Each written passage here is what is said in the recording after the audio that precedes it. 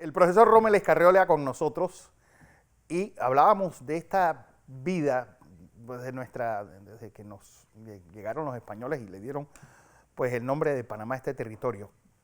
Empezamos con esa afectación a nuestra población impactante. Panamá creo que no se ha podido recuperar desde entonces de la devastación que provocaron la llegada de los españoles y estas nuevas enfermedades para nuestros pueblos originarios no tenían anticuerpos. Bienvenido, profesor. Muchas gracias. Es muy cierto lo que usted dice. Los pueblos originarios de Mesoamérica, los aztecas, Centroamérica y Suramérica, el imperio incaico, ya no tenían anticuerpos hacia las enfermedades que trajeron los españoles, específicamente con la viruela.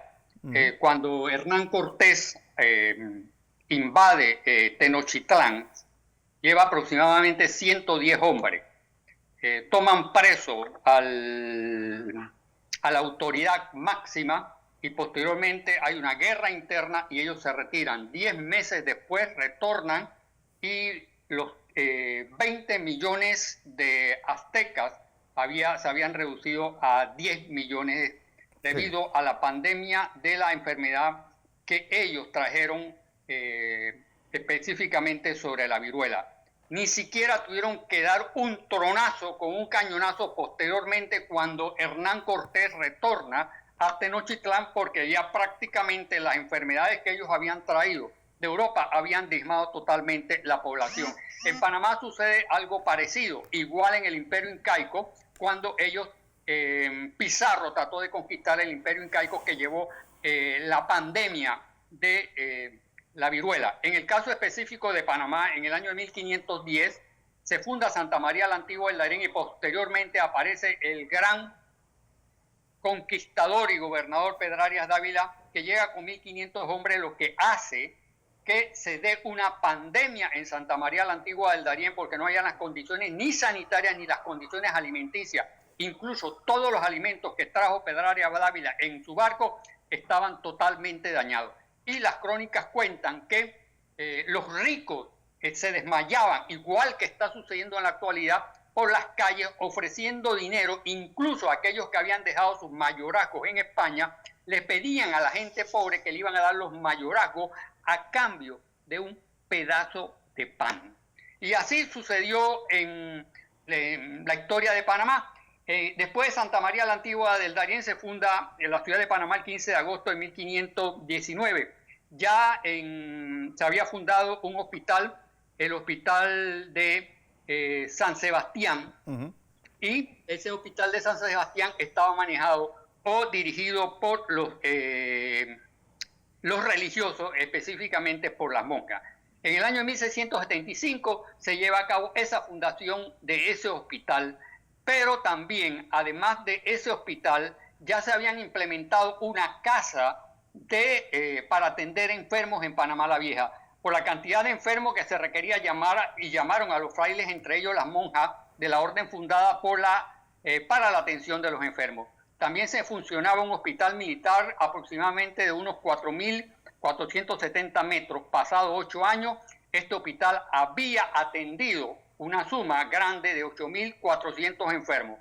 La sanidad y la limpieza estaban totalmente ausentes en la nueva fundación de la nueva ciudad de Panamá. Esto por la decisión de retener los cuerpos en los hospitales para que no fueran incinerados. Esa era la costumbre, retenía los cuerpos en los hospitales para que no fueran incinerados. Incluso los cuerpos eran enterrados dentro de las iglesias. Ustedes podrán asistir a la iglesia catedral y algunas iglesias de San Felipe y van a poder encontrar los entierros de las personas, especialmente los entierros de las personas pudientes. Otro hospital fue fundado en el año de 1629, el de San Sebastián de Portobelo, y en 1670 se estableció algo desconocido, un hospital en Natá. El ataque de Morgan en el año 1671 pues destruyó la ciudad y las posibilidades de que el desarrollo de la zona de tránsito se llevara a cabo como eventualmente se estaba generando las riquezas en Panamá. Bien, los alimentos escasearon. ¿Cuáles eran aquellas personas que se dedicaban a la atención médica, especialmente los médicos, los boticarios y los herbolarios aquí en Panamá. Se utilizaban para la atención médica la famosa sanguijuela, remedio como el caldo de pollo, hoja de romero y ruibarbo, una serie de instrumental más que por el tiempo no podemos mencionarlo aquí. Para la incipiente cirugía se utilizaban cuchillos y anestesia. Y la persona que iba a ser amputado un pie, simplemente lo emborrachaban con 4 botellas de vino y posteriormente lo amordazaban en la boca y le quitaban la pierna. En la colonia y en Panamá, hasta el siglo XIX, existieron lo que era comúnmente las parteras. Sí. Incluso todavía a principios del siglo XX, y estamos hablando de la década del 30 y 40 de nuestro siglo XX, existían las parteras y ellas tenían que tener una patente reconocida por la salubridad para poder ejecutar esas tareas. La cultura europea de los últimos 20 años causó un daño a lo que es la sociedad panameña, porque sucedía algo. En Europa, los franceses, los españoles, los ingleses, que ahora se tildan de las grandes potencias, no se bañaban. Ellos consideraban incluso no bañarse como algo saludable. Y si usted te pasabas 3, 4 meses sin bañarte, era totalmente excelente. Y cuando los españoles llegaron aquí y los conquistadores se extrañaban que los indios se bañaban 3 y 4 veces. Los indios eran más pulcros, más sanos y tenían más reglas de sanidad que los propios españoles que llegaron en la época de la conquista. La viruela fue una enfermedad sumamente letal y por no existir una sanidad, proliferaron en Panamá las enfermedades. Para el siglo XVIII, estamos hablando de 1740, 1750, en Los Santos, gracias a Dios se encontraba un hospital y una casa, no solo con las comodidades, no tenía las comodidades de un hospital, pero también en Parita se instaló una especie de casa hospital para atender a las personas de esa área. Lo cierto, profesor, ¿sí? Es que los panameños, yo creo que hemos sido tal vez uno de los países que más exitosamente hemos manejado enfermedades endémicas. Lo que se logró a principios del siglo con la fiebre amarilla y con la malaria, yo creo que es un hito en la historia de la medicina social. Sí, es cierto. Casualmente aquí tengo un libro que se llama Trozos de Vida, del doctor Belisario Porras, donde él tiene un escrito sobre la sanidad en Panamá y él narra que en 1907 él había sido nombrado al Brasil y se estaba llevando a cabo la sanidad de la ciudad de Panamá y partes del interior por la crisis en las enfermedades de la fiebre amarilla. Y las personas estaban extremadamente disgustados. Y Porras le llamó la atención porque las personas estaban disgustadas si se estaba llevando a cabo una sanidad. Esa sanidad fue la que pudo controlar las enfermedades infecciosas de la malaria y una serie de infecciones más, las diarreas. Incluso antes del inicio de la República también se llevaron a cabo, se gestaron enfermedades como la viruela, la malaria, la toferina, en un rango considerable. Puedo hacer una sola acotación en el siglo XIX por cuestiones de tiempo.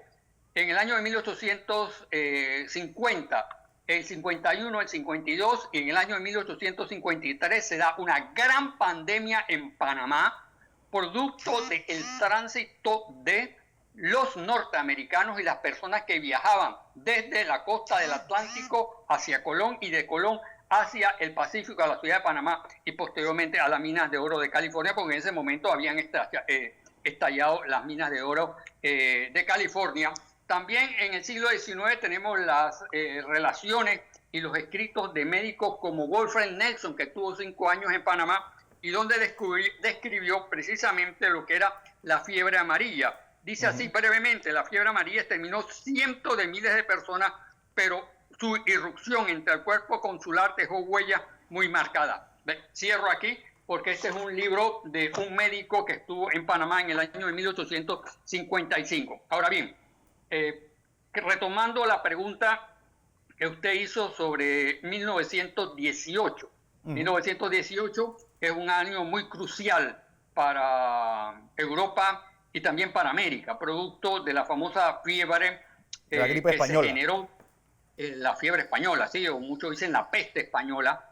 Los científicos españoles han determinado que no es originaria de España, No, sino que fue traído por soldados norteamericanos desde y se Kansas. trasladaron a Francia y después llevaron a cabo unas prácticas militares en España y eso fue lo que produjo la contaminación de todo el pueblo español, casi 500, entre 300, 400 millones de personas Fueron infectadas contagiadas. y muertas en esa época. Bueno, ¿es el Hospital Santo Tomás el resultado tal vez de buscar un gran centro de salud después de esta pandemia del 18? Bueno, don Fernando, yo creo que usted hace la pregunta y yo le respondo que sí, usted está en lo cierto.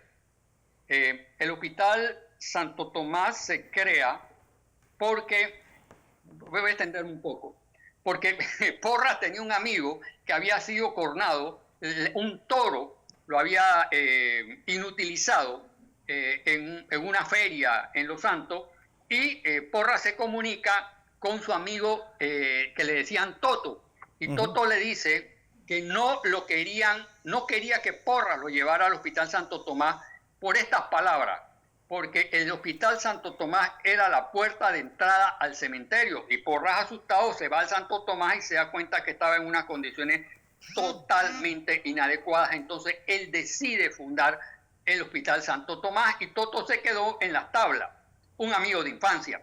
Y Porras no tenía el dinero suficiente para cubrir un gasto y además las críticas que le hicieron a Porras con respecto a la fundación del Hospital Santo Tomás para mí fueron totalmente injustas porque Claro. lo consideraron que era el gran elefante blanco, era dilapidar el dinero, era coimear y efectivamente todas las cuentas del Hospital Santo Tomás cuadraron y se construye el Hospital Santo Tomás. En la inauguración del Hospital Santo Tomás hay una foto donde Porras está hablando y narra ese discurso de Toto. Efectivamente, la peste española o la fiebre española fue uno de los motivos principales para la creación del Hospital Santo Tomás. Y además de eso, la recuperación de la Lotería Nacional de Beneficencia que estaba en manos de José Gabriel Duque en el año de 1919, un año después de haberse gestado la pandemia en Europa y específicamente en España, se termina el periodo de la concesión por una empresa privada y el Estado panameño lucha por obtener la concesión. Quiero aclarar una cosa, los Estados Unidos se opusieron a que la Lotería de Panamá, fuera nacionalizada. en ese momento, la Lotería de Panamá, pasara a una institución del Estado con el nombre de Lotería Nacional de Beneficencia. Pero casualmente, las críticas que se le oyeron a Porras en su momento son las mismas que casi 100 años después se oyeron en contra de la Ciudad de la Salud. me ha hecho reír, pero yo creo que en estos momentos de esta pandemia, de esta situación de crisis, hasta de afectación psicológica para muchas personas, de el dar todo por los médicos, por las enfermeras, por el trabajador común que recoge la basura, nosotros tenemos que aprender algo. El Hospital Santo Tomás se fundó por una necesidad. La ciudad, la que usted acaba de mencionar, se fundó por una necesidad. Posteriormente a eso, se dieron acusaciones por muchas cuestiones que no voy a entrar ahora en este momento a determinar. Pero yo creo que fue el grave error nunca visto en la historia republicana donde un hospital en construcción con todos los requerimientos modernos, científicos adecuados para la atención de médicos, para la atención de enfermos, hubiese podido ser utilizado en este momento. Y no me estoy plegando a ninguna posición política. Estoy diciendo lo que pienso. lo que creo que es justo y lo que debió haber sido necesario para la sociedad panameña. Teníamos una posibilidad por todas las crisis políticas, pero creo que más privó el interés político, personal y económico de determinados sectores económicos en este país que la salud. Y solo tengo que recordar a varias expresiones que he escuchado, y me perdonará don Fernando, pero sí creo que el hospital se debió haber continuado su construcción. Y escuché muchas críticas, pero después de esas críticas no hubo una sola versión positiva para desarrollar la salud en ese centro. Y hoy lo tenemos hecho una ruina. Y hoy estamos tratando de construir un hospital modular. Bienvenido sea la construcción de este hospital y de todos los hospitales habidos y por haber que se puedan construir aquí en Panamá y el interior de la República. Pero fue un hecho totalmente lamentable que hoy la salud panameña y los panameños estamos pagando por una situación política y de intereses políticos que no entran en este momento en determinar la justicia, la solidaridad humana. Escuché otra versión de que hay que buscar agua al río. Yo creo que esa expresión de esa señora fue ofensiva a los pobladores de Panamá, incluyéndome a mi persona, decir que hay que buscar agua al río, como si nosotros fuéramos empleados. Eso se hacía en el siglo XIX, eso se hacía en la época de la colonia. Así es. En vez de haber dicho, vamos a crear un sistema de acueductos y alcantarillado donde todas las personas de Panamá reciban el agua adecuada para la salud y que todas las condiciones de la sociedad panameña y de los sectores pobres de Samaria, el Chorrillo, el Marañón, y no los sectores únicamente exclusivos y de personas pudientes y de recursos económicos, porque ellos sí pueden ir a los Estados Unidos, pueden ir a otros hospitales en el extranjero y pueden atenderse en hospitales privados. Pero la gente pobre de este país tiene que tener sus recursos y este es el momento. Hay una pandemia. Quiero agregar solamente en el caso de la educación. Yo estoy ahora mismo tratando de dar clases por módulos a los estudiantes de secundaria. Estoy haciendo todo mi esfuerzo posible. Ahora bien, creo que después que pase esto hay que hacer una evaluación muy importante y no hay que buscar culpables.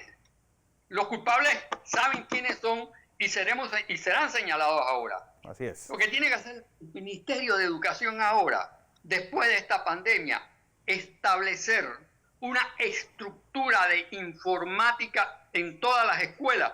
En mi escuela yo podía tener una pantalla y comunicarme con Santiago, con Penonomé y con Chiriquí para dictar clases y conferencias hacia el interior, y yo estoy totalmente dispuesto a eso. Pero así no es. se puede en este momento. Vamos a ver cómo termina esto, profe. Gracias. Profesor Rommel Escarriola.